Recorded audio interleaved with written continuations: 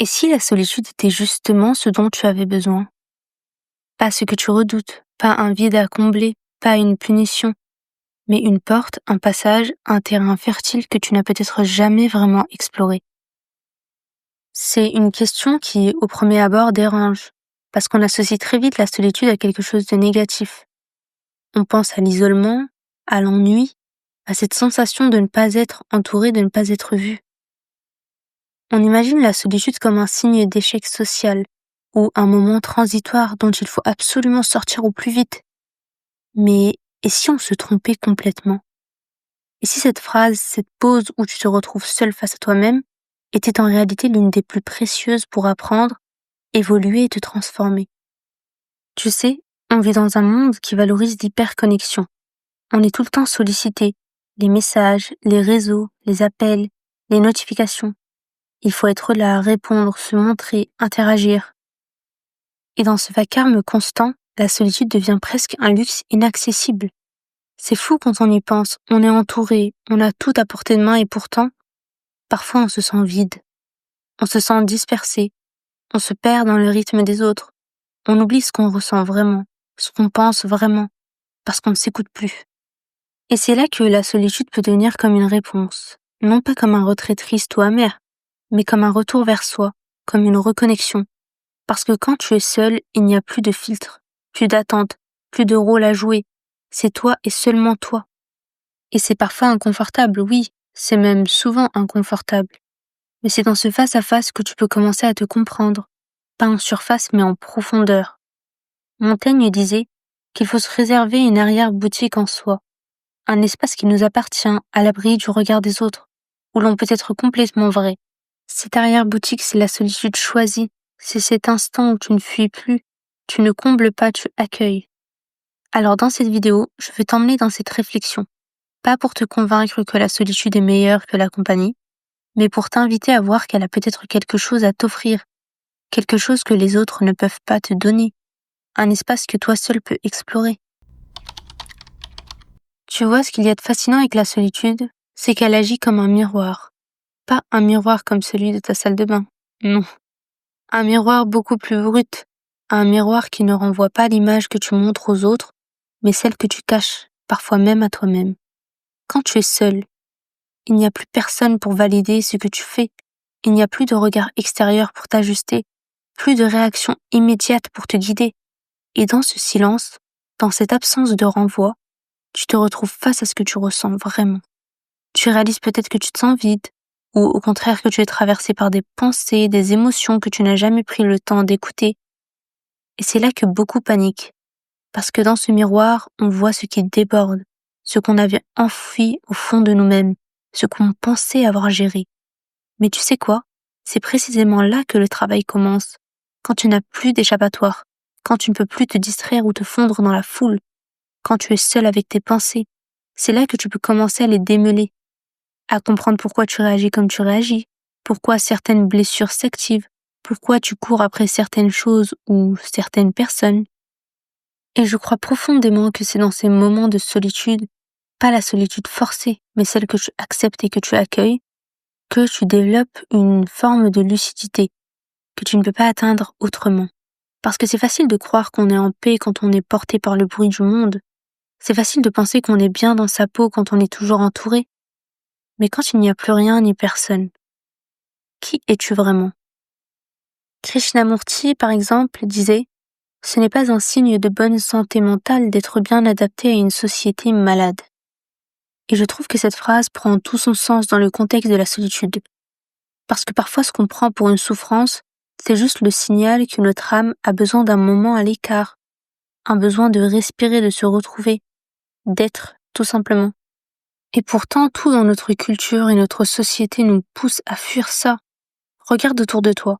On nous vend du lien, du bruit, de l'interaction, du divertissement permanent. Même quand tu veux te détendre, il faut que ce soit avec du contenu, avec du monde ou avec une activité. Comme si rester seul, silencieux, sans rien faire, c'était suspect et pas normal. Comme si ça voulait dire que quelque chose ne tournait pas rond. Mais en réalité, ce silence, ce vide apparent, il est plein. Il est vivant, il est habité.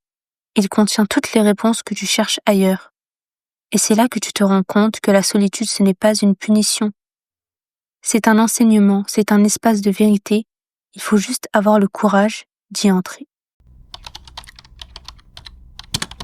Tu sais, il y a une différence fondamentale entre être seul et se sentir seul. C'est une nuance qu'on oublie souvent, mais qui change tout. On peut être entouré de gens en permanence et se sentir affreusement seul. Et à l'inverse, on peut passer des heures, des jours même, dans une solitude choisie et se sentir profondément connecté à soi, au monde et à quelque chose de bien plus vaste. Ce que tu vis intérieurement ne dépend pas uniquement de la présence ou de l'absence des autres, mais de la qualité de ta relation avec toi-même. C'est pour ça que fuir la solitude, ce n'est pas la solution. Ce serait comme mettre un pansement sur une plaie infectée sans jamais la nettoyer. Tu caches, tu compenses, mais au fond ça suppure toujours.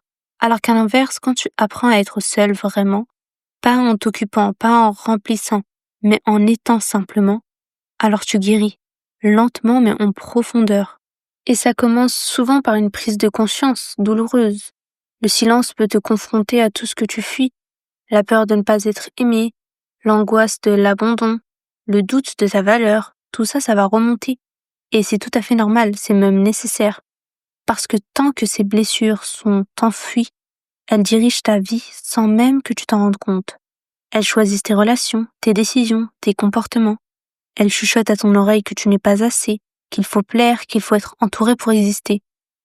Mais quand tu es seul, quand tu te poses avec toi-même, tu peux enfin comprendre et entendre ces voix et commencer à les questionner. Tu peux leur dire « Attendez, qui vous a mise là ? Est-ce que ce que vous dites est vrai ? Est-ce que j'ai vraiment besoin d'être validé pour me sentir digne ? Est-ce que mon bonheur dépend vraiment du regard des autres ?» Et tu verras, à force de te parler, de t'écouter, de t'apprivoiser, il y a quelque chose qui change. Tu développes une intimité avec toi-même que rien et personne ne peut t'enlever. Tu n'es plus un étranger dans ta propre maison. Tu deviens ton propre refuge et ton propre repère. Tu découvres que tu peux être seul et pourtant plein, complet et apaisé. La solitude n'est pas un vide à combler, mais un espace à cultiver. En effet, quand tu es seul, tu n'as plus la distraction des autres, plus le bruit constant des opinions extérieures, des jugements et des attentes. Ce qui te reste, c'est toi et tes pensées, tes intuitions, ta propre vision du monde. Et là, quelque chose de magique se produit. L'esprit débarrassé de toutes les interférences peut enfin se concentrer pleinement sur ce qui est important. La solitude devient alors comme un laboratoire intérieur, où tu expérimentes sans peur, où tu explores sans limite. C'est un espace de création pure, où les idées prennent forme, dans une intimité profonde, sans pression et sans besoin de validation immédiate. La solitude devient alors comme un miroir dans lequel tu peux observer toutes les parties de toi-même que tu n'as pas l'habitude de regarder. Tu as peut-être peur de ce que tu vois au début, mais c'est en affrontant cette part de toi que tu peux véritablement grandir. Parfois, c'est dans la solitude que naissent les plus grandes idées, parce que tu fais face à ce qui est le plus authentique en toi. Je te propose une réflexion personnelle ici. As-tu déjà remarqué que c'est dans les moments où tu es seul, sans distraction, que tes idées les plus claires et les plus profondes émergent? C'est presque comme si la solitude avait le pouvoir de purifier l'esprit et de le rendre plus réceptif et lucide. Tu vois? Donc, au lieu de voir la solitude comme une absence, commence à la voir comme une présence intérieure, une force qui te connecte à quelque chose de beaucoup plus grand. C'est à travers cette solitude que tu peux explorer de nouveaux horizons, qu'ils soient créatifs, spirituels ou même intellectuels. Et puis la solitude favorise également l'intuition. Dans le silence, sans la pression des autres, tu apprends à écouter cette petite voix intérieure, ce ressenti profond, qui sait souvent ce que ton esprit rationnel ignore.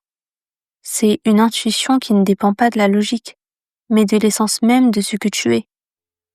Cela m'amène à une pensée de Jiddu Krishnamurti, qui disait « La vérité est un pays sans chemin. Cela signifie que la vérité n'est pas quelque chose qu'on peut suivre à travers des règles toutes faites, mais quelque chose qu'on découvre par l'intuition, par l'écoute intérieure. Et dans la solitude, tu peux développer cette écoute. Tu peux découvrir cette vérité qui est profondément personnelle et qui, paradoxalement, t'ouvre à une connexion avec tout ce qui t'entoure. Parce que quand tu te connais vraiment, quand tu comprends tes propres mécanismes, tes propres peurs, tes propres envies, alors tu vois le monde avec une clarté nouvelle. Tu n'es plus un étranger dans cet univers, tu en fais partie. C'est là que la magie de la solitude opère, dans ce mélange subtil entre la découverte de soi et la connaissance avec l'invisible. Comme je te l'ai dit précédemment, la solitude agit comme un miroir. Elle ne triche pas, elle reflète avec une précision presque cruelle tout ce qu'on essaye d'éviter. Et l'une des choses qu'elle révèle le plus, ce sont nos dépendances invisibles. Quand tu es seul, sans rien à faire, sans téléphone, sans bruit autour, qu'est-ce qui reste? C'est souvent dans ce vide que remontent les vérités inconfortables. Tu te rends compte que tu avais besoin de quelqu'un pour te sentir exister, que tu étais accro à l'approbation, au regard de l'autre, au fait d'être entouré pour ne pas affronter tes pensées. Et ce n'est pas un jugement, c'est humain. Mais c'est aussi là que la solitude devient puissante, car elle met en lumière ce que tu fuyais. Tu pensais que tu étais libre, mais en réalité tu étais attaché, parfois même sans le savoir, attaché à l'idée d'être utile, à l'idée de plaire, à l'idée d'être aimé. La solitude vient tout remettre en question, elle fait tomber les masques, elle brise les illusions. Et dans ce processus, elle est rude, elle dérange, elle secoue, mais elle libère aussi. Mais une fois que cette prise de conscience a lieu, tu récupères un pouvoir énorme, celui de choisir autrement. La solitude te donne la possibilité de revenir à l'essentiel, de te reconstruire en fonction de tes besoins réels, et non plus à partir des attentes extérieures. Elle t'invite à réapprendre à te suffire, à te plaire et à t'écouter. Et ça ne veut pas dire devenir un ermite ou se couper du monde, pas du tout. C'est même le contraire. Quand tu apprends à être bien avec toi-même, à ne plus être dépendant du bruit extérieur, alors tu entres dans les relations en étant libre, et non plus en ayant besoin. Tu choisis d'être avec les autres non pas pour combler un vide, mais pour partager un plein, et ça change tout. C'est en ce sens que la solitude, c'est une épreuve initiatique. Elle t'arrache à la surface des choses pour t'amener à un endroit plus vrai et plus profond. Elle te confronte à la question suivante. Sans les autres, sans le bruit, sans les habitudes, qui suis-je vraiment? Et cette question, c'est peut-être la plus importante que tu puisses te poser dans une vie. Habiter sa propre présence, ce n'est pas juste méditer en tailleur dans le silence. Ce n'est pas forcément un moment spirituel figé ou solennel, non. C'est souvent beaucoup plus simple et paradoxalement beaucoup plus difficile. C'est apprendre à être bien avec soi-même sans devoir remplir le vide. Prends un instant et demande-toi, quand est-ce que tu as passé du temps avec toi sans projet, sans performance, sans écran, sans chercher à te changer ou t'améliorer? Juste être et non faire. Le fait est qu'on a été conditionné à penser que la solitude est une anomalie.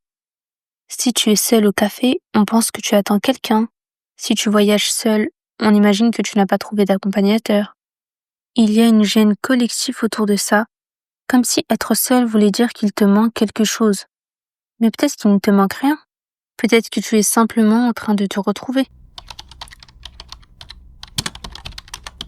Il y a une chose que la solitude t'apprend et que très peu d'expériences dans la vie sont capables de t'offrir, c'est la différence entre aimer quelqu'un et avoir besoin de quelqu'un. Quand tu es seul, quand tu apprends à te tenir compagnie et à te suffire, alors tu te rends compte à quel point souvent nos relations sont nourries d'attentes silencieuses, d'attentes que l'autre comble nos vides, rassure nos doutes, valide notre existence. Mais quand tu as goûté à ta propre complétude, tu n'as plus besoin que quelqu'un vienne te réparer. Tu n'attends plus d'une relation qu'elle te sauve. C'est là que l'amour devient véritable, parce qu'il n'est plus basé sur le manque, mais sur la liberté. Tu n'aimes pas parce que tu as besoin, tu aimes parce que tu choisis, et c'est tout à fait différent. Krishnamurti disait, ce n'est que quand on est seul qu'on peut comprendre la profondeur de la relation. Et c'est exactement ça. Ce n'est que quand tu es capable d'exister sans l'autre que tu peux vraiment entrer en lien avec lui. Sinon, ce n'est pas une relation, c'est une dépendance. Et cette lucidité, tu ne peux pas l'avoir si tu n'as jamais pris le temps de t'éloigner, de respirer seul, de voir ce qui, en toi, attend l'amour comme un sauvetage plutôt comme un partage. Et c'est inconfortable parfois. mais c'est aussi le début d'une révolution intérieure. La solitude, en ce sens, elle agit comme un révélateur. Elle te montre comment tu t'accroches aux autres, ce que tu attends d'eux, parfois sans même t'en rendre compte, et une fois que tu as vu ça, tu peux commencer à aimer autrement, avec de l'espace, avec moins de peur, moins de contrôle surtout, et avec plus de confiance, parce que tu sais que tu peux te retrouver, que tu ne vas pas te perdre en l'autre.